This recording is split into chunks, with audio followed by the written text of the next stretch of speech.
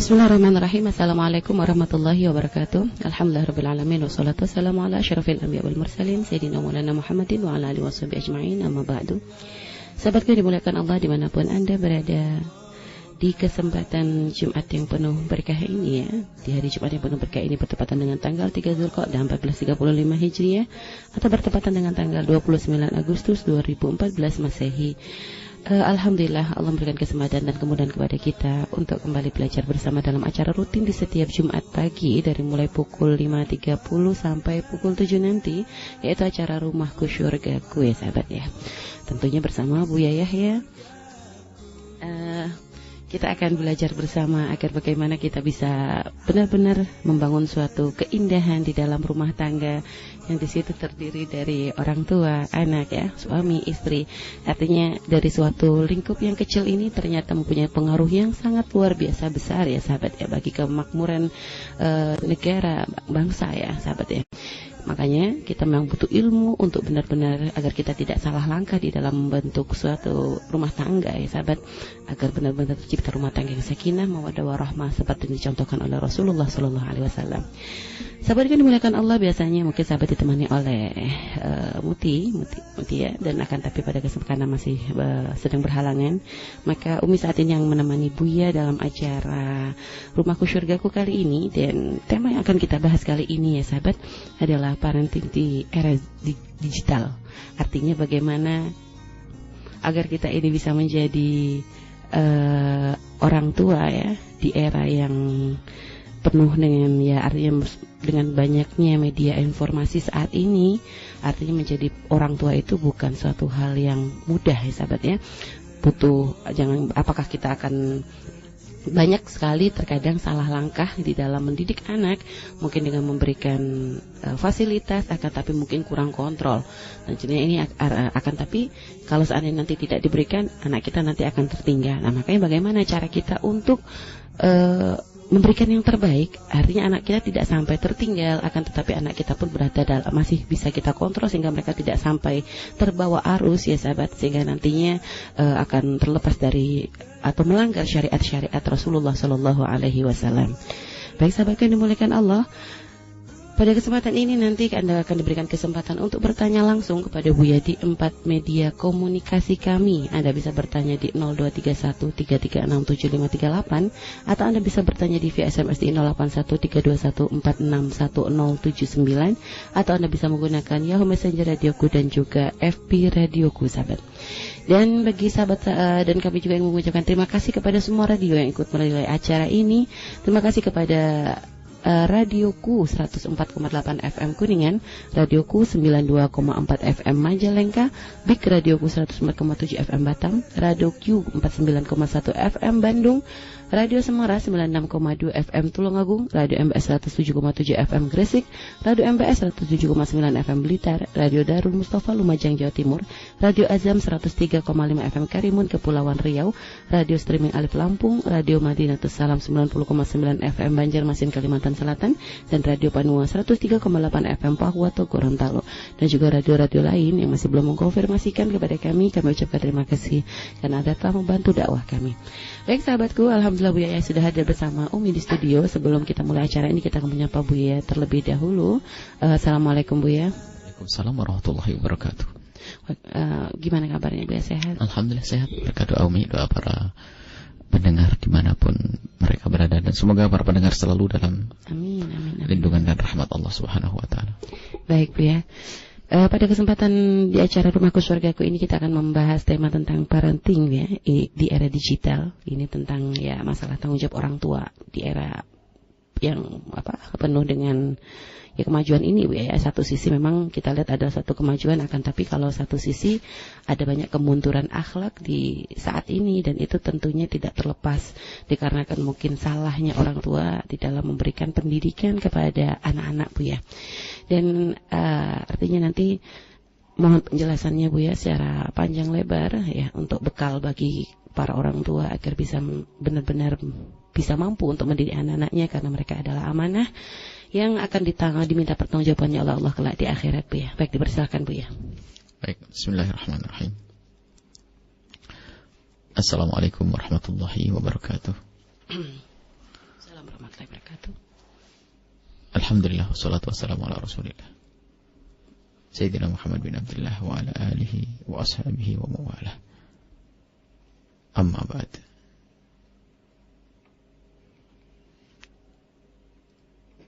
Para pendengar dimanapun Anda berada, alhamdulillah kita bisa melanjutkan silsilah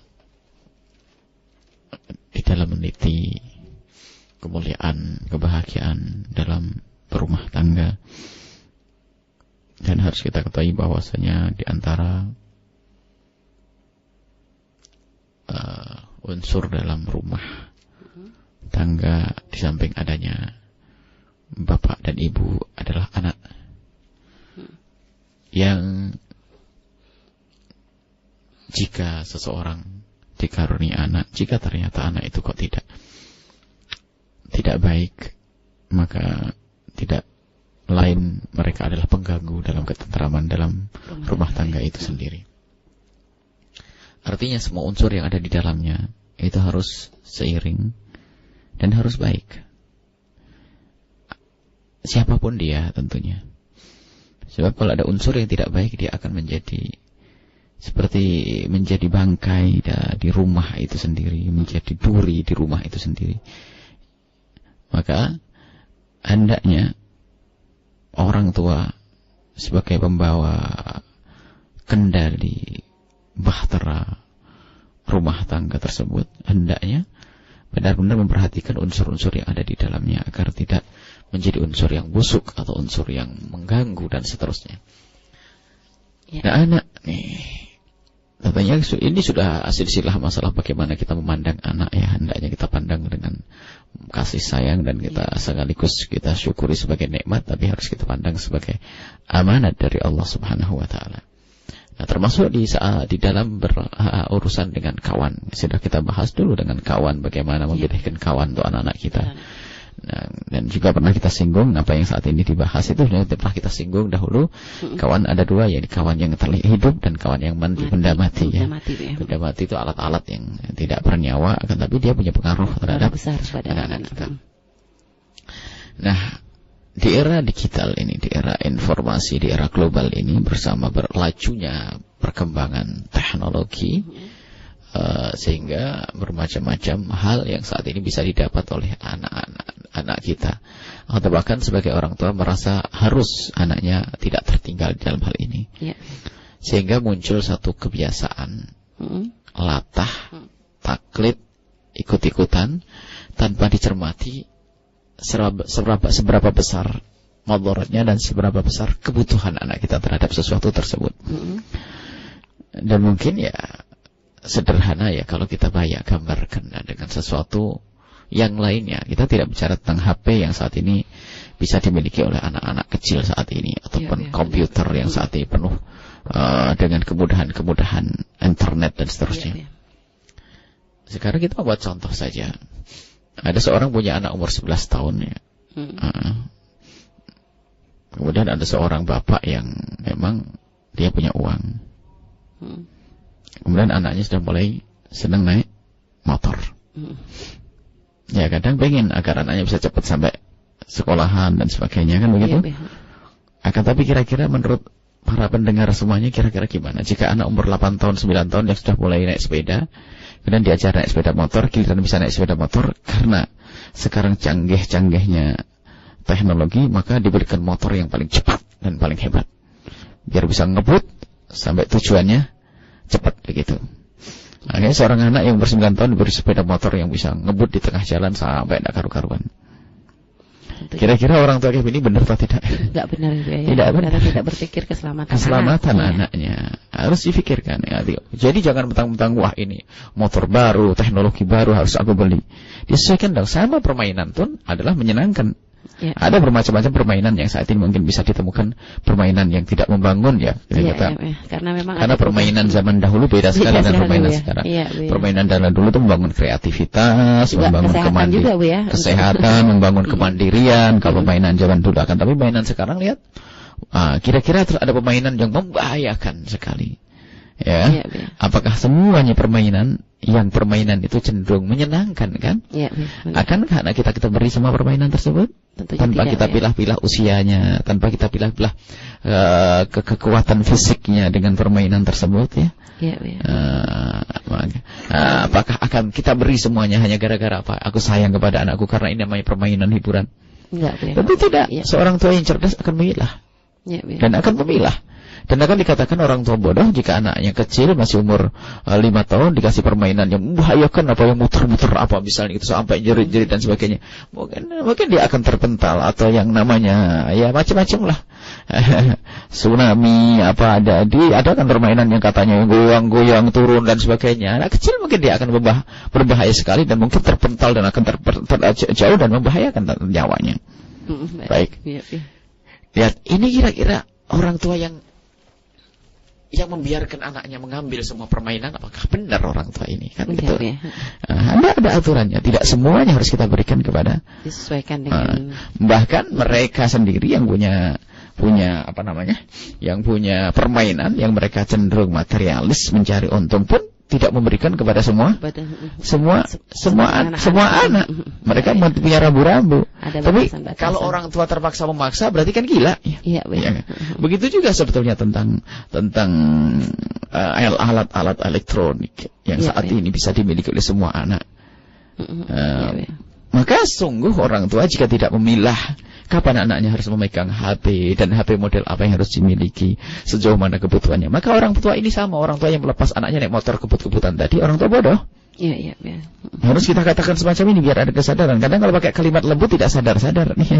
Ini adalah pendidikan cinta ini sebetulnya. Lihat, permainan pun ambil permainan yang tidak membahayakan untuk anak-anak kita.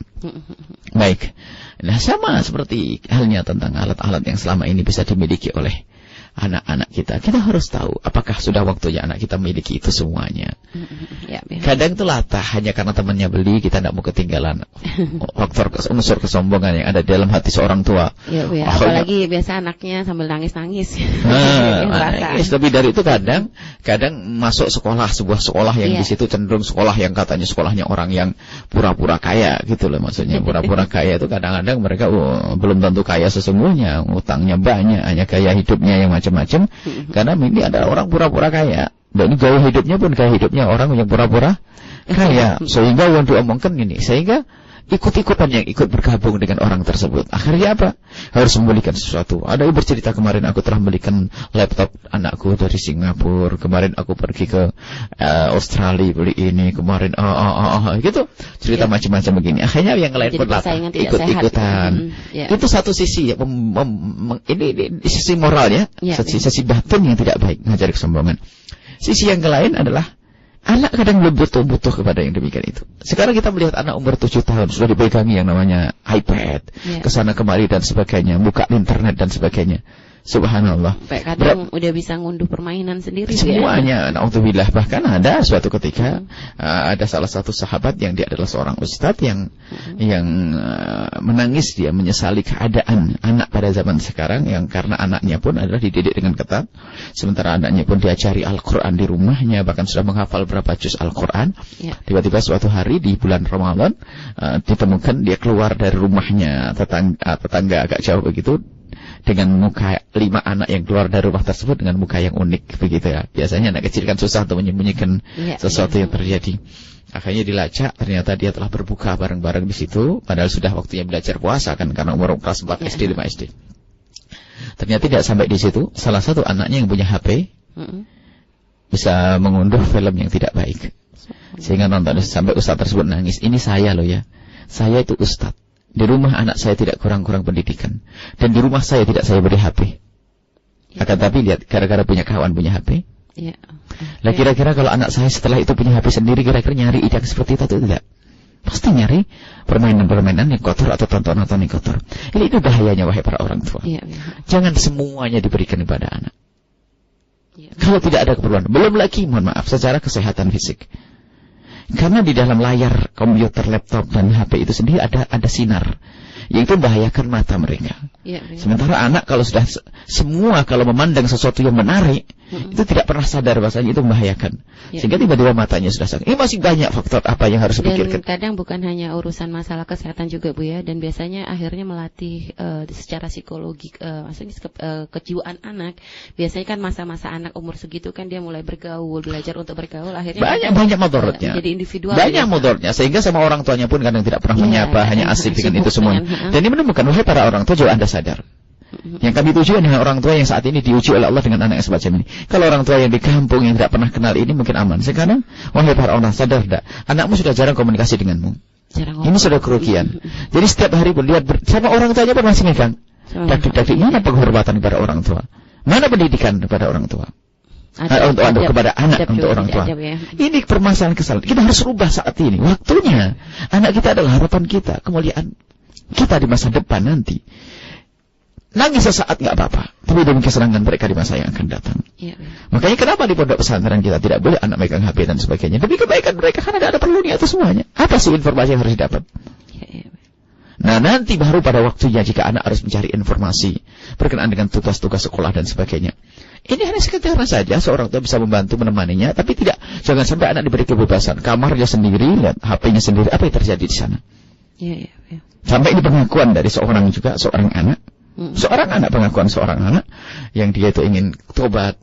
Ya, rupanya dia sudah sekolah masuk kelas 2 SMA. Rupanya dia diberi bapaknya dengan nyajemi, ini berapa? Ini kami kebayang berapa tahun yang lalu. Yang dunia internet belum ada. Dia masih kelas 2 SMP, dia sudah biasa setiap hari melihat tontonan itu. Dan dia setiap saat, Masya Allah, dan tontonan semacam itu dan sampai jiwanya itu rusak.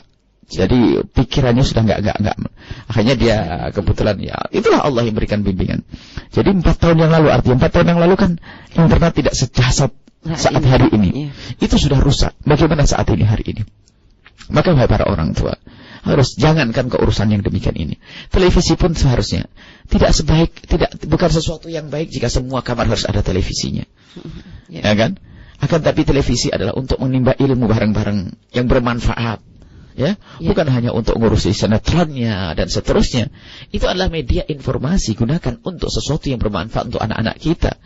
Kadang semuanya kamar dikasih televisi dan sebagainya, terus dilengkapi dengan parabolanya. Dia tidak sadar bahwasanya itu seperti memberikan motor kepada anak kecil dia untuk kebut-kebutan motor dia. Subhanallah. Kalau kebutuhan motor tabrakan, itu kan fisik saja, urusan fisik. Tapi urusan akalnya yang dirusak oleh anak, oleh alat-alatnya. Karena tidak semua tontonan pantas untuk dilihat oleh anak. Pantas dan kadang-kadang tidak mengajari yang baik. Kadang-kadang mewarnai pemikirannya dengan satu warna yang betul-betul berbeda dari pendidikan orang tuanya. Sehingga anak kecil sudah ngerti, naudzubillah, dunia saya, dunia ini. Anak kecil umur 4 SD, 5 SD, 3 SD dan seterusnya. Nah, ini apakah tidak pernah dipikirkan oleh para orang tua, yang khususnya orang tua yang diberi Allah rezeki, sementara musibahnya lagi apa, bapak ibunya sibuk. Alasan menyenangkan sang anak itu bukan menyenangkan Anda menjerumuskan anak Anda sendiri. Takutlah kepada Allah Subhanahu. Cinta yang diungkapkan dengan cara yang salah ya, Pak. Dan itu bukan cinta yang sesungguhnya. Bukan cinta yang sesungguhnya. Itu Allah menjerumuskan. Biarkan anak menangis, biarkan anak menangis, tidak anak. Kau tidak boleh urusan dengan HP. Sebab alasannya untuk komunikasi. Ini loh, orang tua sering tertipu, dibohongi. Biar nanti komunikasi enak. Nanti kalau telepon, ternyata di telepon orang tuanya sehari hanya sekali saja, SMS sekali. Selebihnya kemana di SMS? Telepon siapa? Dan apa yang ada di dalamnya ini? Sekarang kan Masya Allah ya, dulu tuh yang namanya, kalau zaman dulu tuh orang bisa nonton video. Itu waduh, di rumahnya satu orang. Dan itu pun filmnya pun tidak. Televisi pun bagaimana dahulu, zaman dahulu adanya TVRI. Dan tontonan pun sangat-sangat sederhana. Tapi di era global ini, di era informasi ini, subhanallah ya, betul-betul ya nih, informasi-informasi akan cepat nyampe kepada anak-anak kita, baik itu negatif atau positif. Nah sekarang ini pertarungan. Dunia iblis dan dunia malaikat itu mengirim informasi itu selalu berlomba-lomba. Hanya selalu dunia iblis itu karena menghalalkan semua cara, dunia kebaikan itu selalu tertinggal. Sehingga kalau kita melihat alasannya, mungkin alasannya adalah untuk dunia kebaikan, boleh. Dan kita memasuki dunia internet, dunia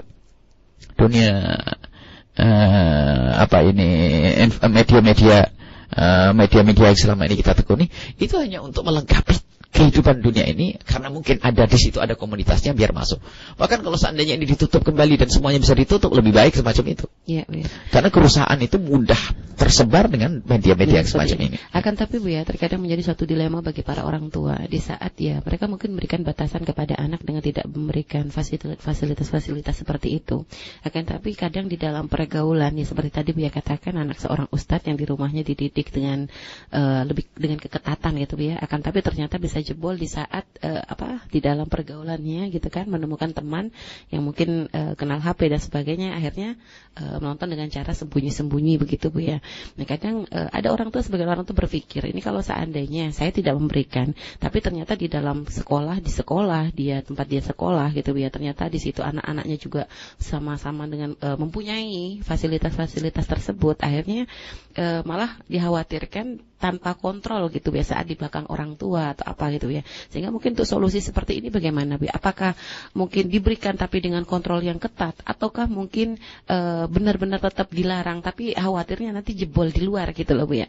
Sehingga terkadang pernah Umi ada percakapan dengan orang tua, makanya terkadang memberikan fasilitas seperti televisi ini bukan karena apa gitu. Khawatir kalau di saat televisi ditutup di rumah, dia lari ke tetangga, ternyata malah nonton di situ dan nanti malah tidak ada kontrol untuk tontonan yang akan dia lihat begitu ya. Baik. Nah, ini adalah lanjutan dari yang disampaikan tadi, bahwa di sisi lain kita juga tidak ingin punya anak ketinggalan. Iya, Bu. Akan tapi maknanya, jadi agar anak tidak ketinggalan ini kita harus paham. Jadi berikan anak kalau memang dia butuh kepada yang demikian itu, sesuai dengan dalam kontrol Bu. Ya, otomatis. Kita tidak melarang 100%, akan tapi kapan ini harus diberikan kepada anak-anak kita. Tentunya ya tahu rujak itu enak, saya suka rujak. Akan tapi anak saya masih bayi, tidak harus saya suapin rujak dong, kan begitu ya. Kalau saya maksakan nyuapin rujak, ya ini nggak benar saya itu. Artinya apa? Ada kemampuan di dalam mereka itu menerima itu. Kalau akalnya belum mampu, ya jangan. Bukan saja akal, mental, kesiapan mentalnya sudah belum. Artinya pendidikan akhlak itu penting. Nah, ini bisa menjadi neraka loh nak ya. Ini HP ini nak ya. Ini laptop bisa menjadi neraka kalau tidak benar. Jadi beri wawasan terlebih dahulu.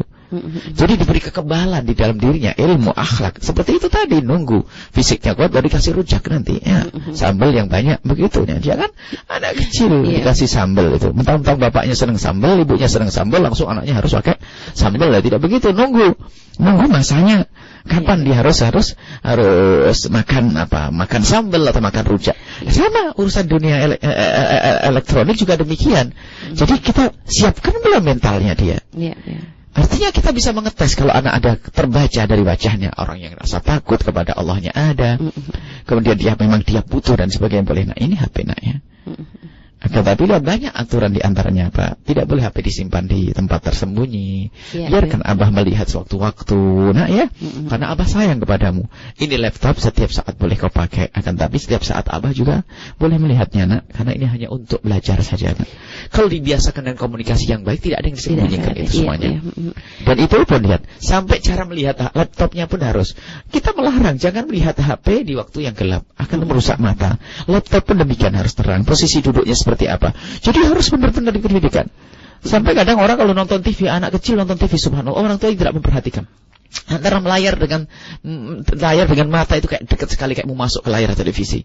Ini betul, itu merusak matanya. Lihat, para dokter mata pun melarang yang demikian. Jadi harus ada jarak cara baca. Apalagi membaca kertas saja harus ada jaraknya. Apalagi baca yang namanya HP. Sementara kalau HP kecil kan harus dekat matanya. Dan tidak ada sinar radiasi dalam bahasa. Itu kan, itu juga membahayakan yang tanpa disadari. Sehingga orang zaman sekarang cepat rusak lahir batinnya. Ya, Bu. Kalau tidak. Dan mungkin tentang masalah ini Bu ya, Umi pernah membaca satu tulisan begitu Bu ya, yang sebenarnya subhanallah ya Bu ya. Ini ternyata dipikirkan oleh orang di luar Islam. Jadi ada dikisahkan ini orang tua yang dia bukan muslim Bu ya, non muslim. Dia ingin memberikan kepada dia membelikan anaknya itu HP yang paling canggih Bu ya. Mungkin yang ya di situ bukan hanya sekedar HP, pokoknya ya paling bagus ya, paling mahal. Itu akan tetapi ternyata dengan membelikan itu tuh dia mempunyai banyak persyaratan untuk anaknya. Jadi tidak asal membelikan lalu diberikan, tidak Bu ya. Ternyata di situ dibuat perjanjian tertulis antara ibu dengan anak tersebut ya, aturan-aturan bahwa tidak selalu harus dipakai, bahwa jangan sampai anak tuh mempunyai kebutuhan yang terlalu pokok sampai kalau nggak bawa HP kayak harus kayak serba salah gitu tuh ya, sampai terus jangan sampai komunikasi putus antara orang tua dan anak. Jadi benar-benar kita lihat itu ada beberapa poin itu ternyata sangat luar biasa. Sampai di akhir perjanjian itu ibunya mengatakan, anakku, kamu pasti akan melanggar dari perjanjian di atas ini. Dan ibu akan menghukummu, akan tetapi nanti kita akan membahasnya bersama, sehingga nanti kamu benar-benar bisa mematuhi aturan-aturan di atas. Kita, subhanallah, ini orang yang tidak kenal, bukan seorang muslim gitu. Akan tapi ternyata berapa banyak terkadang kita orang muslim ini malah tertinggal salah gitu di dalam tidak sampai terfikirkan seperti itu gitu Bu ya. Nah ini kan luar biasa sekali sebenarnya Bu ya. Baik. Kalau Anda bisa dibaca, dia pernah melihat sepintas tentang itu. Bagus. Misalnya orang di luar Islam pun juga tahu bahasanya bisa. Jadi sebelum diberikan itu sudah ada perjanjian rambu-rambunya itu. Bahasanya, nak kalau pakai ini kamu begini, nak ini begini. Yusanda. Memang harus seperti itu. Cuma menjadi masalah kita tuh latah begitu saja. Tidak pernah memikirkan ini bahaya atau tidak. Sama kalau ngasih anak sepeda motor, pertama di samping anak sudah lihai naik sepeda motor, umurnya, kemudian harus pakai helm dan sebagainya, harus kasih rambu-rambu, kecepatannya jangan ini, kalau kamu melanggar itu harus ada. Dan memang begitulah sebaiknya orang tua itu. Jadi jangan hanya memberi saja kepada anak tanpa ada kontrol, tanpa ada bimbingan. Bimbingan dalam segala hal lah ya, bimbingan dalam segala hal. Jadi yang namanya dunia elektronik ini merusak lahir batin kalau tidak benar caranya. Merusak lahir batin. Ya lahirnya itu motor rusak, kemudian hubungan dengan saudara juga nggak baik, dan orang, masya Allah, alasannya itu bahasa untuk komunikasi. Tetapi belum tentu mereka komunikasi dengan hayalan yang ada di dalamnya, atau dengan berita-berita yang tidak ada sekarang, atau mungkin dengan kemaksiatan yang ada di dalamnya. Sementara dengan orang tuanya pun hanya mungkin telepon sekali, ada 2 kali. Tugas dari gurunya pun bisa dicari dalam waktu 5 menit. Tapi selebihnya kemana dia? Melang-lang kemana aja itu? Kan begitu ya? Nah, termasuk beberapa waktu yang lalu ada beberapa orang anaknya kecanduan namanya game itu kan? Subhanallah, berapa? Game itu sendiri tidak bisa dipermainkan. Kita tidak bisa main game kecuali mata kita dekat kepada layar. Kalau sudah kecanduan game biasanya paling cepat kena matanya. Sebelum waktunya habis, ngajinya hilang. Matanya rusak dan sebagainya. Jadi wahai para orang tua, sadarlah, anakmu adalah amanat dan anakmu adalah nikmat kalian. Kita harus bersyukur. Jadi memang harus ya kita ini memperhatikan urusan anak-anak kita. Umumnya tentang orang kafir yang punya rambu-rambu, barangkali kalau ada datanya bisa dibaca seperti apa contohnya, biar orang tua ini satu gambaran saja. Ini termasuk ya perjanjian antara ibu dengan anak ketika ini kalau tidak salah ibunya memberikan iPhone 5 gitu ya. Itu termasuk yang paling canggih saat itu. Dia sampai ada perjanjian yang pertama ini dikatakan ini adalah milik ibu yang membelinya, ibu yang membayarnya, ibu meminjamkan untukmu. Nah, ini kan makna. Jadi biar ada kesadaran bahwasanya ini mohon maaf kita tidak mencari omongannya orang kafir, tapi al-hikmah dhalatul mu'min. Kebenaran itu miliknya orang mukmin di mana berada. Kita harus insya lihat. Kalau di saat memberikan jangan langsung ini milikmu nak. Ini ada suatu pendidikan. Akhirnya kalau tiba-tiba waktu diambil karena pelanggaran nyaman, ini milikku kok nak, ini bukan milikmu, ini nak, miliknya ibu. Subhanallah. Ini adalah satu jangan sebebas-bebasnya nanti disembunyikan sampai dipegang orang tuanya nggak boleh. Ini kan kurang ajar. Yang kedua, ibu harus selalu mengetahui passwordnya. Ya kan, tidak boleh ada yang tersembunyi. Dan jika teleponnya berdering, jawablah. Itu adalah sebuah telepon. Katakan halo, tunjukkan perilaku yang baik. Jangan pernah abaikan panggilan telepon jika di layarnya tertulis ibu atau ayah. Kadang-kadang karena apa? Ini disebut kontrol. Kadang-kadang mungkin di tempat yang tidak baik. Bapak ini, saya ditanya di mana sih? Subhanallah. Artinya anak pun akan mengontrol dirinya sendiri. Bahasanya saya tidak akan pergi ke tempat yang tidak baik. Justru itulah yang bermanfaat. Nanti apa? HP yang kita titipkan di anak untuk kontrol. Kita untuk kontrol di mana dia berada. Kalau sudah tidak diangkat itu mesti bermasalah. Di mana? Ini subhanallah. Ini orang kafir cerdas ya. Baik. Kenapa orang beriman tidak? Kan gitu. Yang keempat, berikan teleponnya kepada orang tuamu tepat jam 7.30 malam setiap malam sekolah dan setiap akhir minggu pada jam 9 malam. malam. Terus hal tersebut akan dimatikan untuk 1 malam dan akan dihidupkan kembali esok hari jam 7.30 pagi. Jadi, lihat. Jika kamu tidak mau menelpon ke telepon rumah temanmu karena takut jika orang tuanya yang mengangkat terlebih dahulu, maka jangan menelpon atau SMS sama sekali. Baik, lihat. Pelan-pelan. Jadi, lihat, malam harinya disimpan oleh orang tuanya dan dimatikan itu HP. Jadi jangan setiap saat dengan HP itu habis waktu, gimana bisa pinter. Anak kita sampai jam 11 malam HP-an, belum lagi ya kotor-kotor. Na'udzubillah. Kemudian hari libur ada batasan-batasan. Membiasakan untuk ada aturan itu. Terus lalu tadi masalah menelpon pelan-pelan bacaan coba. Jadi tadi jika mau menelpon ke rumah temanmu karena takut jika orang tuanya mengangkat terlebih dahulu, maka jangan menelpon atau SMS sama sekali. Dengarkan suara hatimu dan hormatilah keluarga orang lain seperti kamu ingin keluarga kita dihormati. Baik. Jadi kalau dengan orang tua. Mau telepon ke orang pun harus ada batasan, ada kapan waktunya, ada tata keramanya. Ini terus yang kelima, kamu tidak akan membawa ini ke sekolah. Ngobrollah secara langsung dengan orang-orang yang biasa kamu ajak chatting atau SMS. Ini adalah bekal atau skill untuk hidupmu kelak. Untuk sekolah, ini masih satu ini biar untuk sekolah setengah hari atau field trip sesudah sekolah akan kami pertimbangkan untuk dibawa atau tidaknya itu. Baik. Di sekolah tidak perlu bawa. Kenapa? Di sekolah kadang-kadang gurunya ngajar, dianya pakai HP dan seterusnya. Nah, ini ada aturan. Jadi memang untuk kebutuhan nanti akhirnya apa? Terus yang keenam, jika HP ini jatuh gitu ya ke dalam toilet, terhempas ke tanah atau menghilang gitu ya, kamu bertanggung jawab untuk penggantian atau biaya perbaikan. Kamu bisa memotong rumput, menjaga bayi, atau menggunakan uang tabungan hadiah untuk mengganti itu ya. Biar peduli dengan barang, biar tidak tanggung jawab karena itu bela ibunya. Terus? Iya. Jangan gunakan teknologi ini untuk berbohong, membodohi atau menipu umat manusia lainnya. Jangan biarkan dirimu terlibat dalam pembicaraan yang akan menyakiti orang lain. Jadilah teman yang baik terlebih dahulu atau menjauhlah dari kemungkinan perseteruan. Baik. Jadi digunakan untuk yang baik, kadang-kadang buka Facebook saja untuk acaci maki, ikut-ikutan komentar yang enggak, atau melakukan sesuatu yang tidak berguna. Lihat. Terus yang ke-8, jangan mengirimkan SMS, email atau mengatakan apapun yang tidak mau kamu ucapkan dalam kehidupan sehari-hari. Jadi artinya memang orang harus diajari jujur. Ini adalah orang-orang kafir menyusun yang jujur. Jadi jangan sampai kita itu membuat ungkapan-ungkapan palsu, ungkapannya menipu atau menjerumuskan dan seterusnya. Yang kita sendiri mengungkapkan tidak berani dengan lidah kita. Terus yang ke-9, jangan mengirimkan SMS, email atau mengatakan apapun ke seseorang yang tidak mau kamu katakan dengan lantang ketika orang tua mereka sedang berada di ruangan itu. Sensorlah dirimu sendiri. Artinya begini, kalau kita ingin memberikan informasi kepada sahabat kita, harus informasi yang positif. Artinya kalau seandainya orang tuanya tahu tidak bakal marah. Ini jangan, makanya tidak akan merusak, menggoda. Ayo komunikasi ini ya, nggak akan berani ngomong. Artinya yang berani kita kirim SMS berani disampaikan ke orang tuanya, begitu. Jadi ini terbuka, tidak boleh. Ayo pergi ke sini. Tak tanya orang tuanya, siapa nih ngajak-ngajak begini? Nggak bakal. Dia akan mengirim SMS yang semacam itu. Terus yang lain? Jadi termasuk yang penting, poin 10, tidak boleh ada pornografi. Carilah informasi di internet yang hanya akan kamu bagikan ke ibu secara langsung. Jika kamu memiliki pertanyaan tentang apapun, tanyalah seseorang, lebih baik lagi tanya ke ibu atau ayahmu. Baik, artinya semua yang dilihat itu pun juga boleh dilihat oleh ibu, kan begitu? Semua yang akan diinformasikan ke orang lain pun pantas kamu kirim. Jadi ibaratnya begini, kalau saya berani mengirim sebuah gambar kepada sahabat saya, tentunya saya harus berani mengirim gambar kepada ibu saya. Itu adalah salah satu misalnya contoh saja pendidikan. Orang kafir punya rambu-rambu. Ini orang Islam semuanya dikasih. Ini bagaimana kita ini? Sama sekali, Bu ya.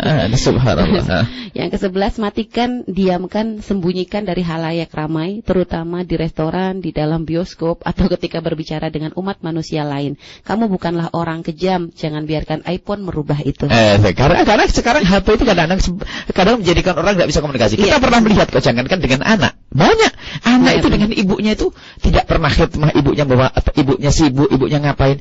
Kadang-kadang dia punya adik, ibunya sibuk dengan adiknya, dia sibuk dengan HP.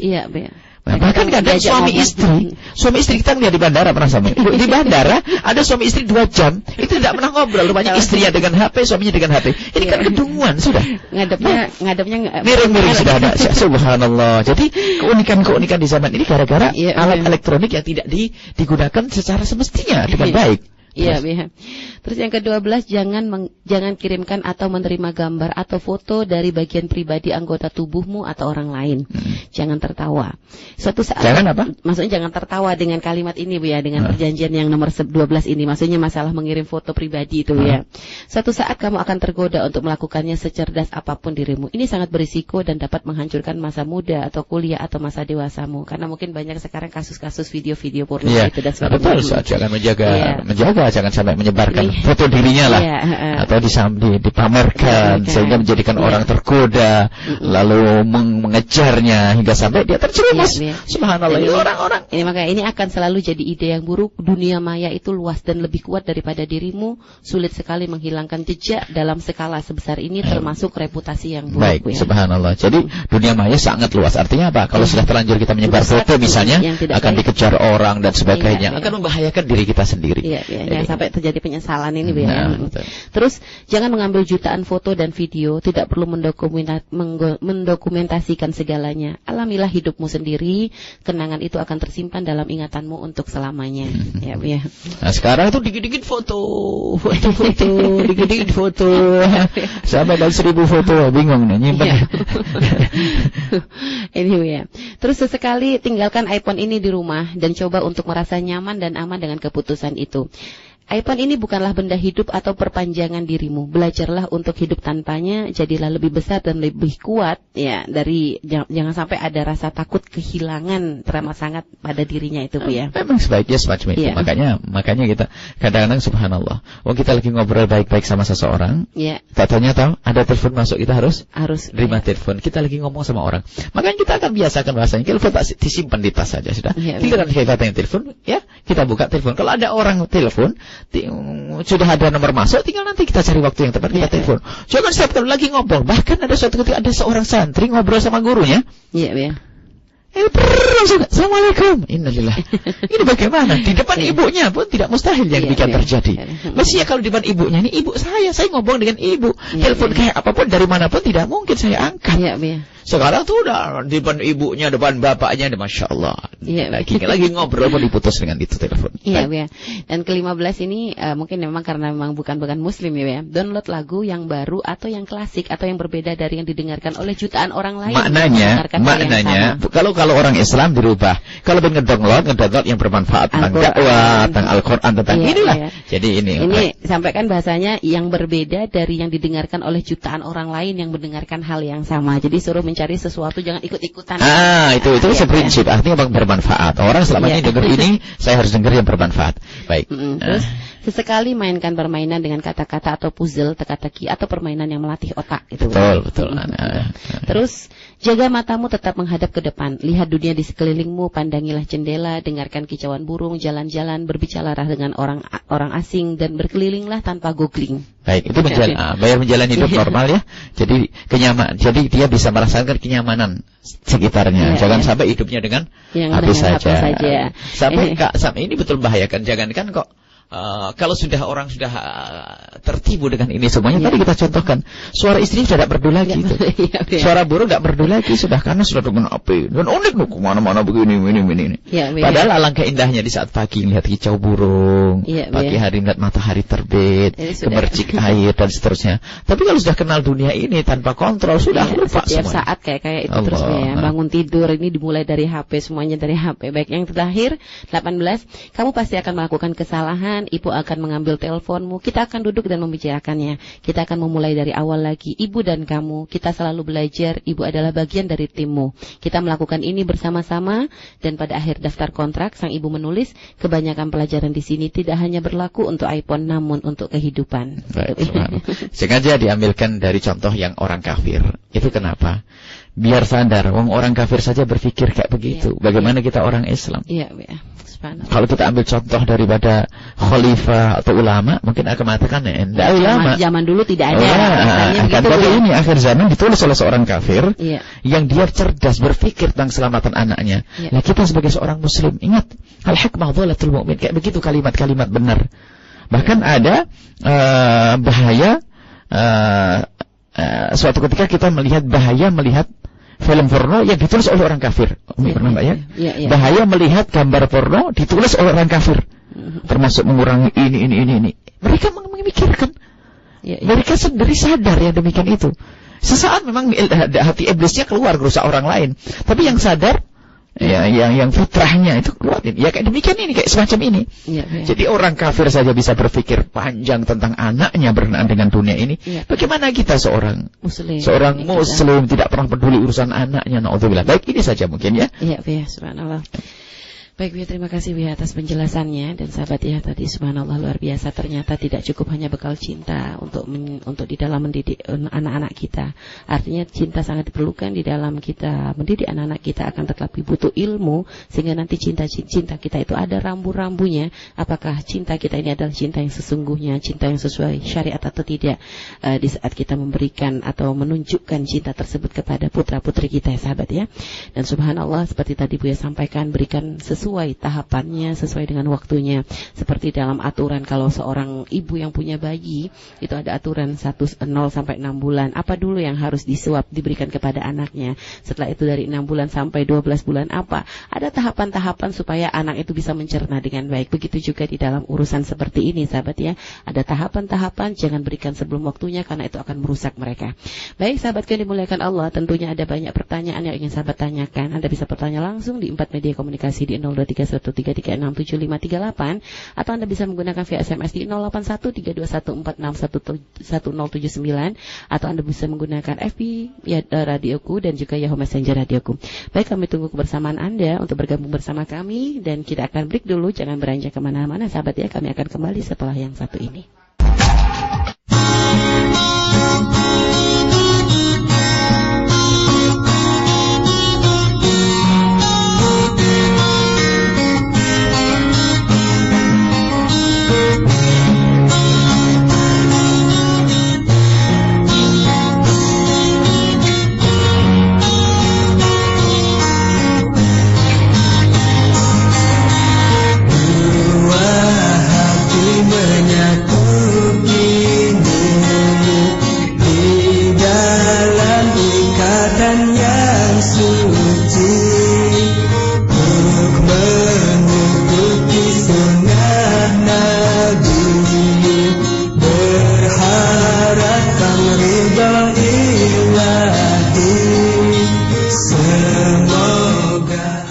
Dipancarkan dari Lembaga Pengembangan Dakwah Al-Bahjah Sendang Sumber. Anda masih bersama kami di acara Rumahku Syurgaku, dan tema kita kali ini adalah parenting di era digital ya sahabat ya.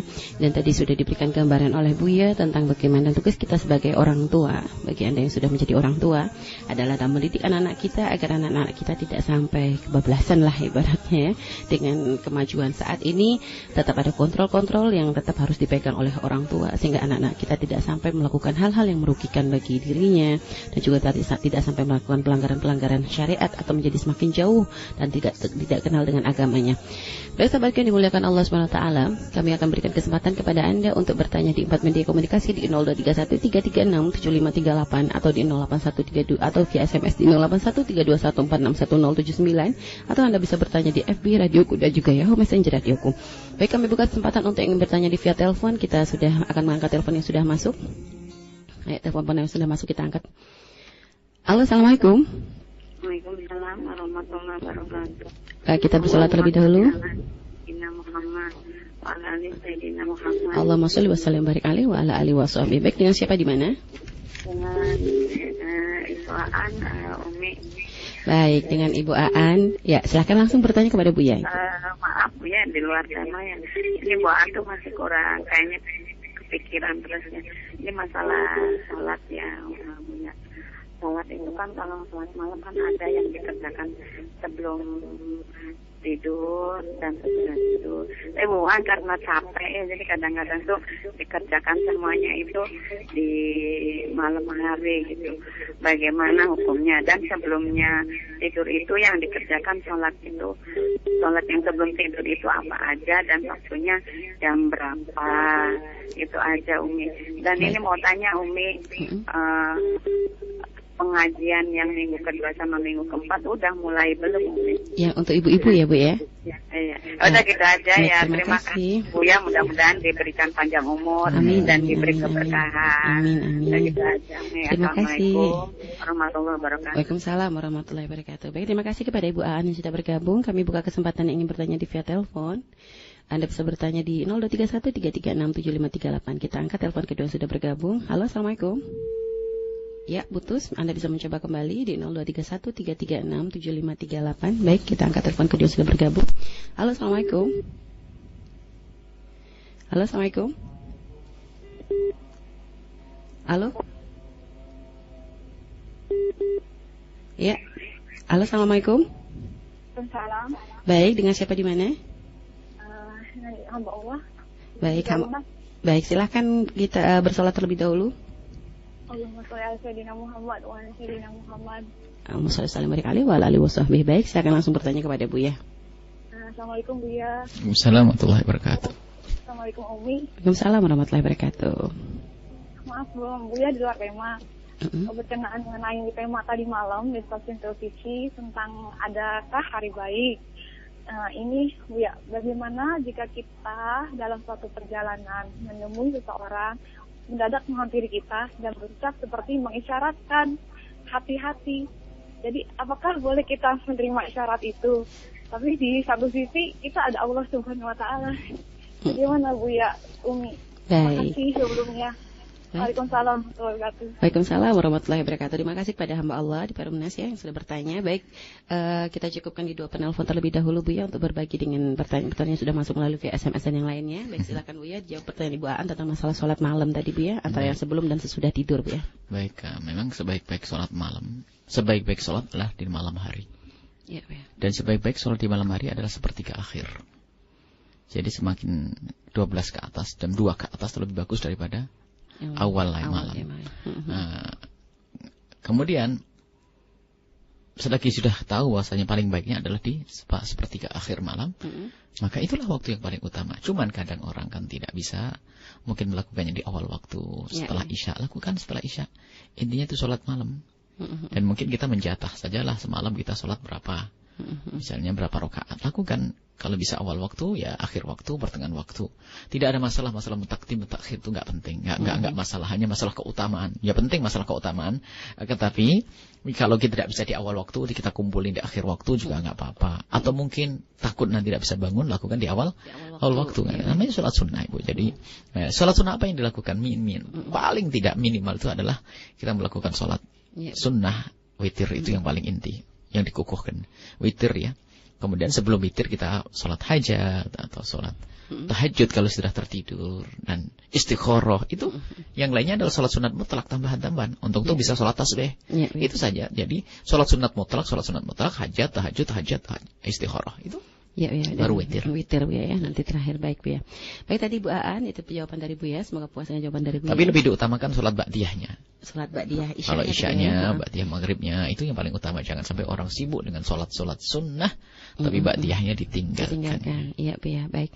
Selanjutnya Bu ya, ini pertanyaan tadi dari hamba Allah di Perumnas tentang masalah hari baik gitu Bu ya. Kalau saatnya sedang melakukan perjalanan, terus mampir, terus ada yang mengatakan memberi isyarat, ya hati-hati atau itu Bu ya. Nah itu nasihat saja, memang kan harus hati-hati. Kalau tidak hati-hati bisa ceroboh kita. Enggak apa-apa aja.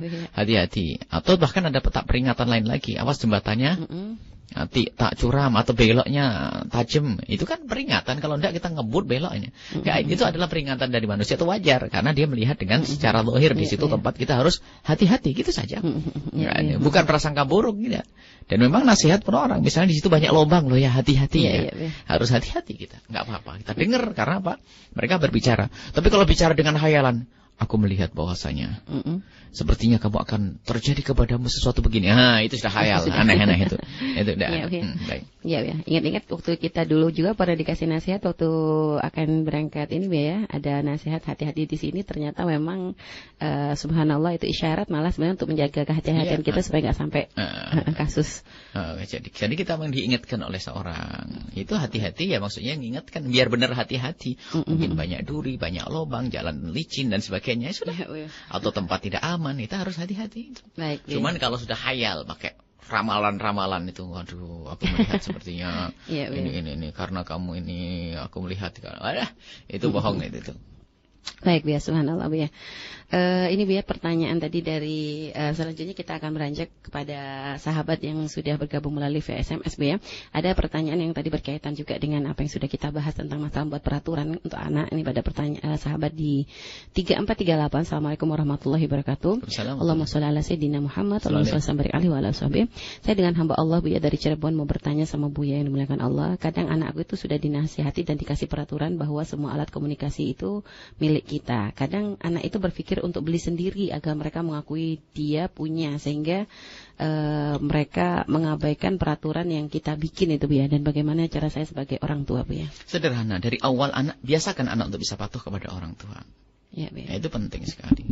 Jangan diajari anak untuk patuh. Dia beli sendiri pelanggaran sudah. Ya, dan orang tua kalau melihat anaknya melanggar harus diberi hukuman. Apakah tidak disapa dan seterusnya.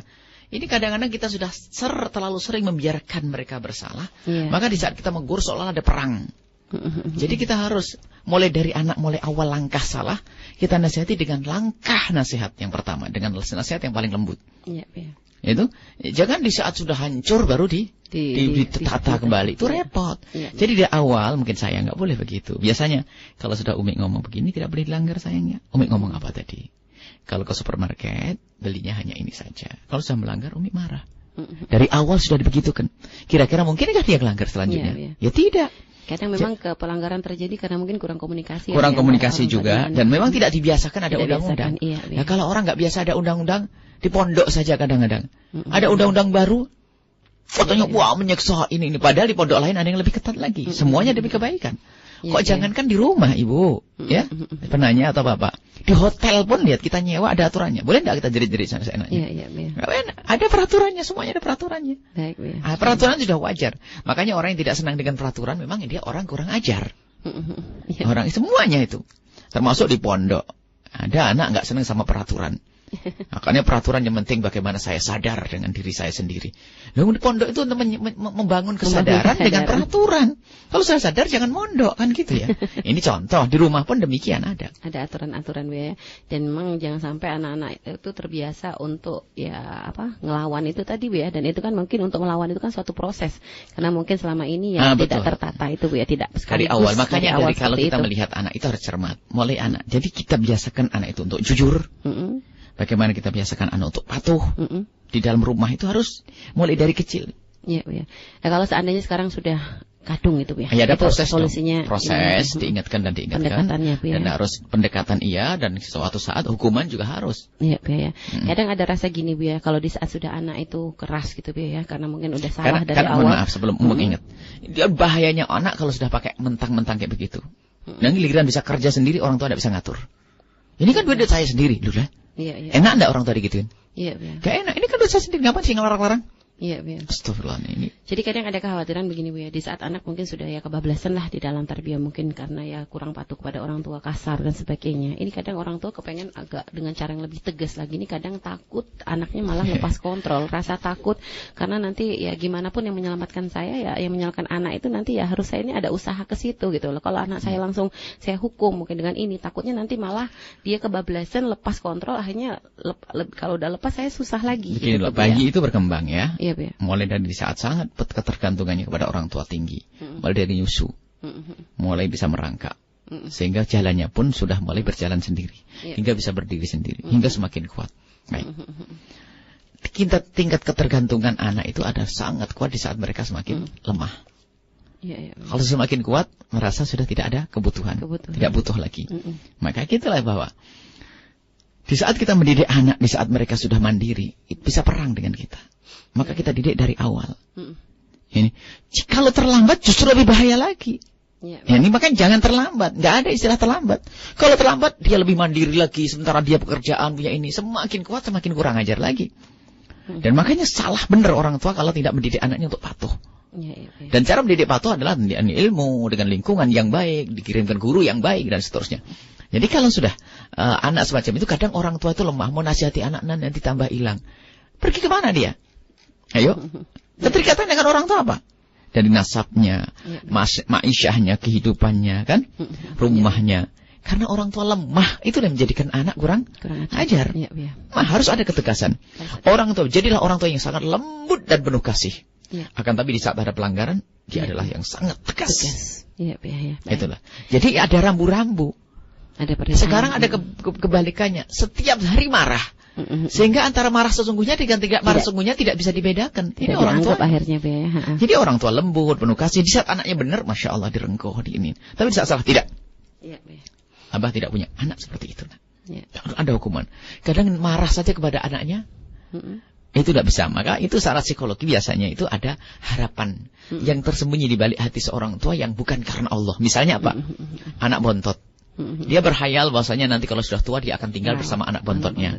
Atau siapa. Sehingga mau marahi sama anaknya pun nggak bisa. Nanti takut kalau saya marah-marah nanti giliran saya tua dimarahin sama anak saya. Sehingga anaknya pun berubah jadi, dibiarkan. Akhirnya semakin jahat. Rugi orang tua karena anaknya tidak ngerti baktinya al-patuh. Baik Bu ya. Subhanallah Bu ya. Terima kasih Bu ya atas jawaban ini. Selanjutnya Bu ya ada pertanyaan ini dari hamba sahabat di Surabaya. Assalamualaikum warahmatullahi wabarakatuh. Ini sahabat Mubarak di Surabaya Bu ya. Maaf kami baru bergabung, tidak tahu judul pembahasannya, tapi saya mau tanya, umur berapakah anak mulai diajari Al-Quran Bu ya? Kami punya anak umur 2 tahun. Terima kasih Bu ya. Baik. Mengajari Al-Quran itu kapan dia bisa mendengar? Iya kan? Kapan dia bisa mendengar? Diajari Al-Quran. Cuman mengajari Al-Quran tidak harus diajari membaca. Nah, mungkin sudah kita mendengarkan Al-Quran setiap saat. Bagaimana ada anak kecil masuk di ini belum bisa membaca tapi sudah hafal 1 juz kan uniknya. Jadi mengajari Al-Quran itu tidak harus nunggu dia bisa membaca. Membiasakan pendengarannya dengan hal yang baik yang mulia. Jadi kapan anak mulai bisa dengar, itu saat itu kita ajarkan Al-Quran. Karena memang mungkin secara ini tidak paham tapi rohnya mendengar karena itu kemuliaan dan rahmat diturunkan oleh Allah Subhanahu wa taala. Jangan nunggu gede, masih kecil. Makanya dikasih lagu-lagu yang enggak kita perdengarkan Al-Quran sehingga anak itu merasa biasa. Mohon maaf, mungkin setiap orang punya pengalaman ya dengan suara atau dengan bau, dengan aroma, dengan sebuah kewadian. Kalau orang di kampung dengan gemericik air, suara burung dan seterusnya ya. Nah, itu kan ada kenangan. Sampai suatu ketika kalau orang punya utang itu karena sering ditagih, bunyi dering telepon itu sampai kapan pun tidak lupa itu. Jadi deringnya telepon itu pintu aja udah kabur dulu. Sesuai dengan itu. Padahal itu sudah dibayari juga utangnya. Cuma kalau ingat dering telepon tersebut gemeteran, ingat masa. Jadi kenangan. Lah, di saat anak mau berkembang, mau mulai bisa dengar, diperdengarkan Al-Quran. Lihat, selama hidupnya kenangannya apa? Al-Quran. Jadi kalau mendengar Al-Quran nyaman dia. Mendengar Al-Quran nyaman. Sama seseorang kalau selalu dipergantikan dengan lagu-lagu misalnya. Ada kan namanya nostalgia?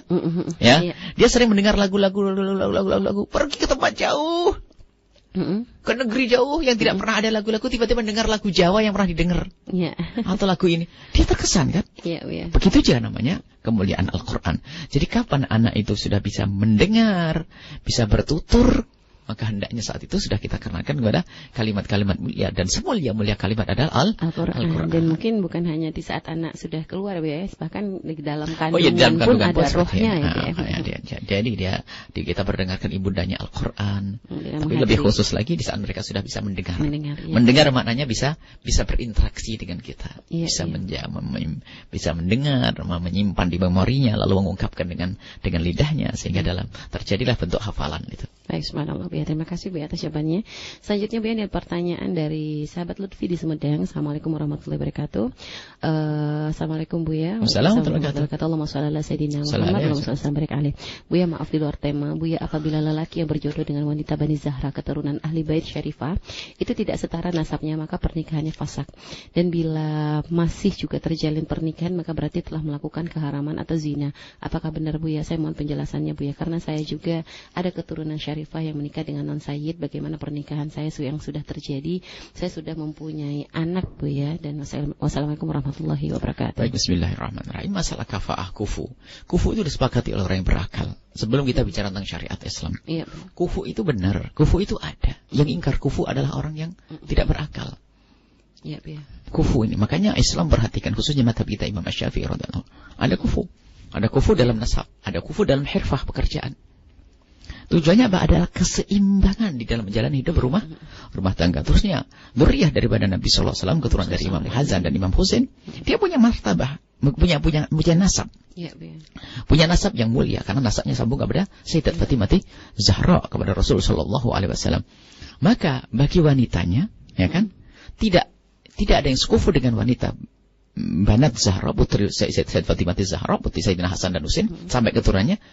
Yang kufu adalah dari mereka. Dan ini harus diakui, tidak bisa tidak. Kalau ada orang mengingkari nasab ini adalah karena bohong dia. Sekarang seorang pedagang saja kalau sudah kaya pengen anaknya dapat yang saudagar yang serupa kan? Anak pejabat sama pejabat ini karena pengen keseimbangan. Itu indahnya syariat Nabi sallallahu alaihi wasallam. Jadi masalah kafa'ah itu jelas. Masalah kafa'ah itu benar. Dan semua madhab, hanya perbedaannya lebih ketat. Misalnya madhab Imam Syafi'i adalah sampai urusan nasab. Sebenarnya madhab Imam Malik urusan agama saja. Ada perbedaan-perbedaan. Tapi madhab Syafi'i adalah urusan nasab. Ini masalah kafa'ah kufu. Maka kami himbau, wahai Banat Zahra, wahai putri-putri Rasulullah sallallahu alaihi wasallam, Anda harus tahu bahwasanya Anda adalah cucunya Rasulullah sallallahu alaihi wasallam. Memang sombong tidak diperkenankan, akan tapi menjaga nasab adalah sesuatu yang diminta, dianjurkan. Anda menjaga nasab Anda. Anda adalah punya nasab kepada Rasul sallallahu alaihi wasallam. Dan di situ ada himbauan. Anda kalau menikah hendaknya mencari yang sekufu. Agar sekufu ini maknanya ada keseimbangan. Suami Anda punya nasab yang serupa, sama dengan nasabnya Anda. Mudah untuk menjalani hidup ini. Baik. Kalau berbicara tentang madhab lain, madhab Malik dan sebagainya, tidak bicarakan masalah ini. Kita tidak bicara tentang madhab lain. Akan tapi gitu himbauan ini, wahai para putri-putri dan wahai para habaib atau para asyraf yang mempunyai putri-putri, Anda harus menjaga putri Anda. Anda jangan sampai Anda salah menikahkan putri Anda. Ini masalah yang jelas disepakati oleh orang yang berakal. Semua orang berakal memikirkan yang demikian itu. Anda pikirkan putri Anda, cari nasab. Sama. Bukan seorang sayyid sekalipun, mungkin seorang soleh, alim. Pikirkan nasabnya anaknya putrinya nikah dengan siapa. Tidak semua orang boleh menikahi anaknya. Ini bukan mengajari masalah kasta, mengajari untuk memilih yang benar, kan begitu? Memilih yang benar, karena yang dikhawatirkan banyak hal. Mungkin kesombongan muncul tiba-tiba sewaktu-waktu karena suaminya lebih rendah darinya. Baik, nasab itu ada, sehingga dikatakan oleh para ulama syaratul luzum. Syaratul luzum adalah hak wali dan hak seorang wanita tersebut. Jika artinya begini, jika ada seorang wanita dinikahkan oleh bapaknya dengan yang tidak sekufu, maka dia bisa menolak. Dan kufu ini bukan hanya urusan dzurriyyahnya Nabi kepada orang lain, bukan. Banyak kufu ini masalah hirfah. Seorang ratu, anak raja dinikahkan dengan seorang tukang apa. Itu tidak kufu, seorang putri raja boleh menolak. Ya kan? Jadi bukan urusannya masalah tadi. Jadi itu syaratnya syarat luzum. Jadi 4 madhab semua mengatakan syarat luzum, kecuali riwayat dari Imam Ahmad syarat sihah. Yang mengatakan syarat sah adalah lemah, karena ini beriwayat dari Imam Ahmad. Jumhur ulama mengatakan syarat luzum. Masalah syarat luzum itu bagaimana? Syarat luzum itu bagaimana? Mungkin yang bertanya. Jadi jika Anda seorang wanita yang Banat Zahra, putri Rasulullah, cucu Rasulullah, kok tiba-tiba Anda punya ayah menikahkan Anda kepada orang yang tidak sekufu nasabnya dengan Anda, maka Anda berhak protes kepada hakim untuk membatalkan pernikahan tersebut. Ya? Atau sebaliknya, jika Anda seorang bapak yang sayyid, kok punya putri mau berontak menikah dengan seorang yang bukan sayyid, maka Anda sebagai seorang bapak berhak mengadu ke mahkamah untuk membatalkan pernikahan. Berbeda jika seorang bapak dan anak sepakat, setuju, maka ini lain karena menjatuhkan haknya. Sehingga kalau tidak mengingkari dua-duanya, maka lazim nikah menjadi selesai. Baik. Dan syarat luzum itu, ini sudah pernah kita bahas masalah kafa'ah ya, panjang lebar dahulu ya. Akan tapi lihat, jika sudah punya anak dan sebagainya, artinya sudah sama-sama setuju, ini sudah lazim menikah. Tidak bisa dibatalkan dan seterusnya, dan pernikahan itu adalah sah. Dan khususnya dari putri-putri Rasulullah yang sudah terlanjur menikah, hendaknya harus memperbanyak sholawat, memperbanyak kedekatan kepada Nabi. Dikhawatirkan dia i'rad, berpaling daripada nasabnya, berpaling dari seorang habib yang akan menikahnya, lalu menikah dengan laki-laki biasa. Dikhawatirkan hatinya itu adalah tidak senang dengan ahli baitnya Rasulullah SAW. Biarpun mungkin sekali seorang dzurriyyah Nabi tidak cinta kepada ahli bait, mungkin seorang cucu Nabi tidak cinta kepada cucu Nabi? Mungkin. Dikhawatirkan Anda yang sudah terlanjur menikah, Anda harus semakin mendekatkan diri Anda kepada Rasulullah sallallahu alaihi wasallam. Khawatir waktu Anda memilih seorang laki-laki yang bukan syarif itu, khawatir Anda i'rad, berpaling dari nasabnya Nabi sallallahu alaihi wasallam ini. Adapun anak-anak Anda adalah anak halal. Tidak benar kalau dikatakan itu berzinaan, naudzubillah, subhanallah. Kalau mengatakan berzina ini adalah kesalahan. Kesalahan, kalau dianggap ini adalah salah di dalam melangkah, iya, karena melanggar urusan kafaah. Tapi kalau dikatakan zina, tidak. Mengatakan zina itu sendiri, naudzubillah, zina itu dosa besar. Jadi pernikahan Anda adalah sah, apalagi sudah punya anak. Akan tapi Anda harus merasa Anda telah melakukan kesalahan. Tinggal Anda membangun yang baik karena sudah terjadi pernikahan.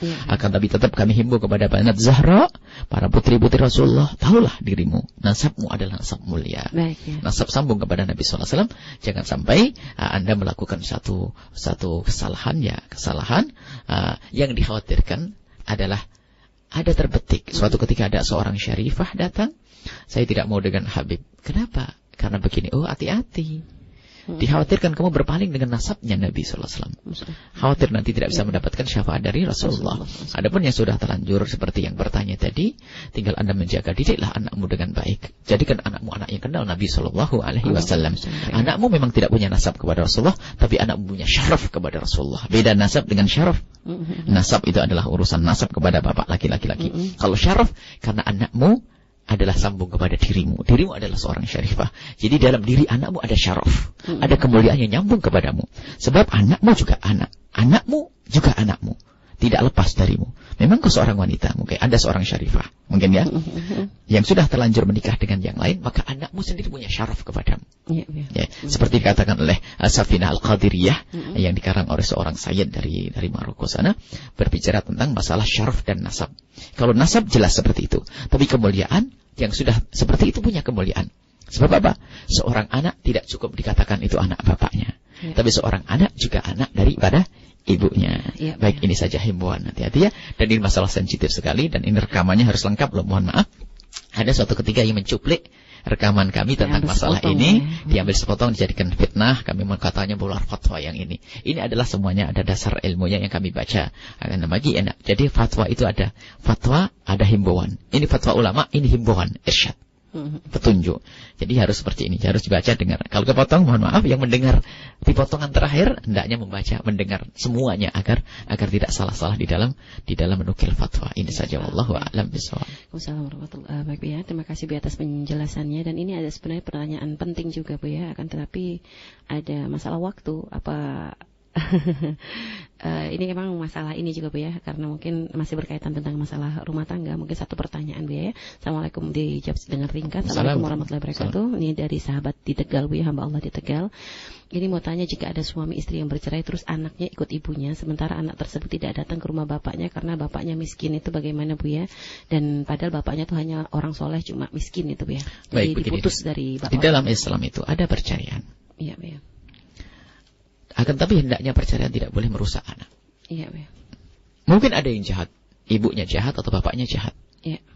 Akan tapi kita ada bapaknya adalah tetap bapaknya yang punya nasab sambung kepadanya. Ibunya adalah ibunya yang surga ada di bawah telapak. Makanya kalau sudah bercerai suami istri, hendaknya jangan dirusak anaknya untuk durhaka kepada bapak ibunya. Iya. Ibu yang baik akan selalu menganjurkan, nah itu bapakmu, dan dikasih tahu kalau itu bapakmu. Iya, ya. Kalau sudah menutup, itu haram menutup nasab. Sejelek apapun. Kalau memang bapaknya jelek, maksiat, jejat dan sebagainya, hendaknya dibawa kepada kebaikan dong, agar anak punya bekti dengan membawa bapaknya kepada kemuliaan. Atau sebaliknya, ibunya mungkin naudzubillah, lacur, ini itu semuanya, bukan berarti harus dihinakan, diolok-olok. Akan tapi sebaiknya seorang bapak memberitahu bahwasanya itu adalah ibumu, siapapun dia adalah ibumu, nak. Kau harus baik kepadanya, nak. Kau harus begini, nak. Nah, ini maka sebaiknya diajari.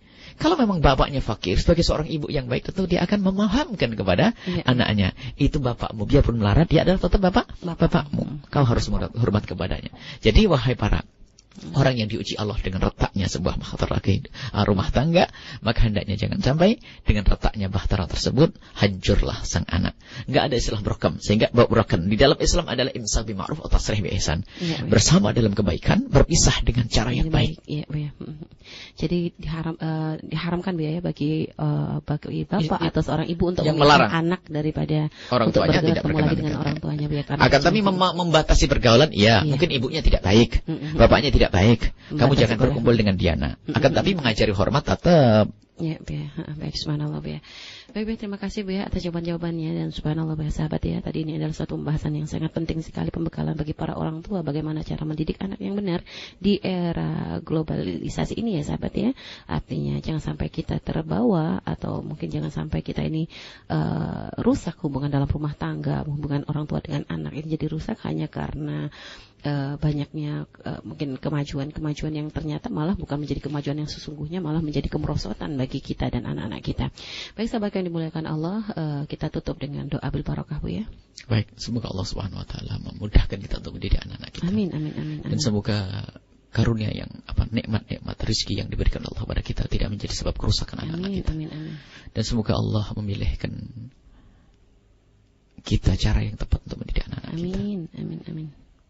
Menjaga dari hal-hal yang menjerumuskan kepada anak-anak kita. Amin. Dan semoga Allah muliakan kita dan anak-anak kita dan orang tua kita di dunia dan di akhirat.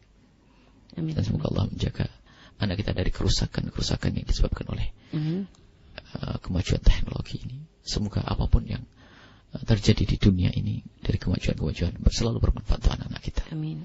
Di dunia dan di akhirat. Amin. Selamat hingga kelak bisa bertemu dengan Nabi Muhammad SAW. Al-Fatihah. Bismillahirrahmanirrahim. Ar-Rahmanir-Rahim. Maliki yaumiddin.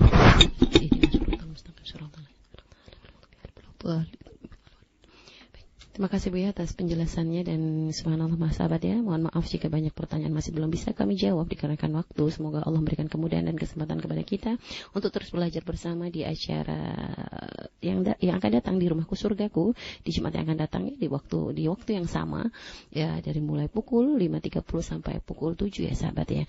Dan juga di kesempatan-kesempatan yang lainnya, karena untuk masa belajar bersama kita ada banyak acara ya, dari mulai hari Senin yaitu acara belajar bareng bersama Buya dan Umi, lalu nanti ada benang merah, dan juga masih banyak sekali pembelajaran ya sahabat ya, yang bisa mungkin Anda dengarkan di radioku 92,9 FM ini sahabat. Semoga Allah senantiasa memberikan kemudahan, memberikan kepada kita ilmu yang bermanfaat yang bisa kita amalkan dalam kehidupan sehari-hari, dan semoga Allah yang menjadikan kita orang tua yang baik yang akan bisa mendidik anak-anak kita menjadi ahli surga ya sahabat ya. Baik, terima kasih atas kebersamaan Anda, dan mohon maaf atas segala kesalahan. Mohon doanya selalu. Kita tutup dengan doa penutup majelis. Subhanaka Allahumma bihamdika asyhadu an la ilaha illa anta astaghfiruka wa atubu ilaik. Wabillahi taufiq wal hidayah. Wassalamualaikum warahmatullahi wabarakatuh.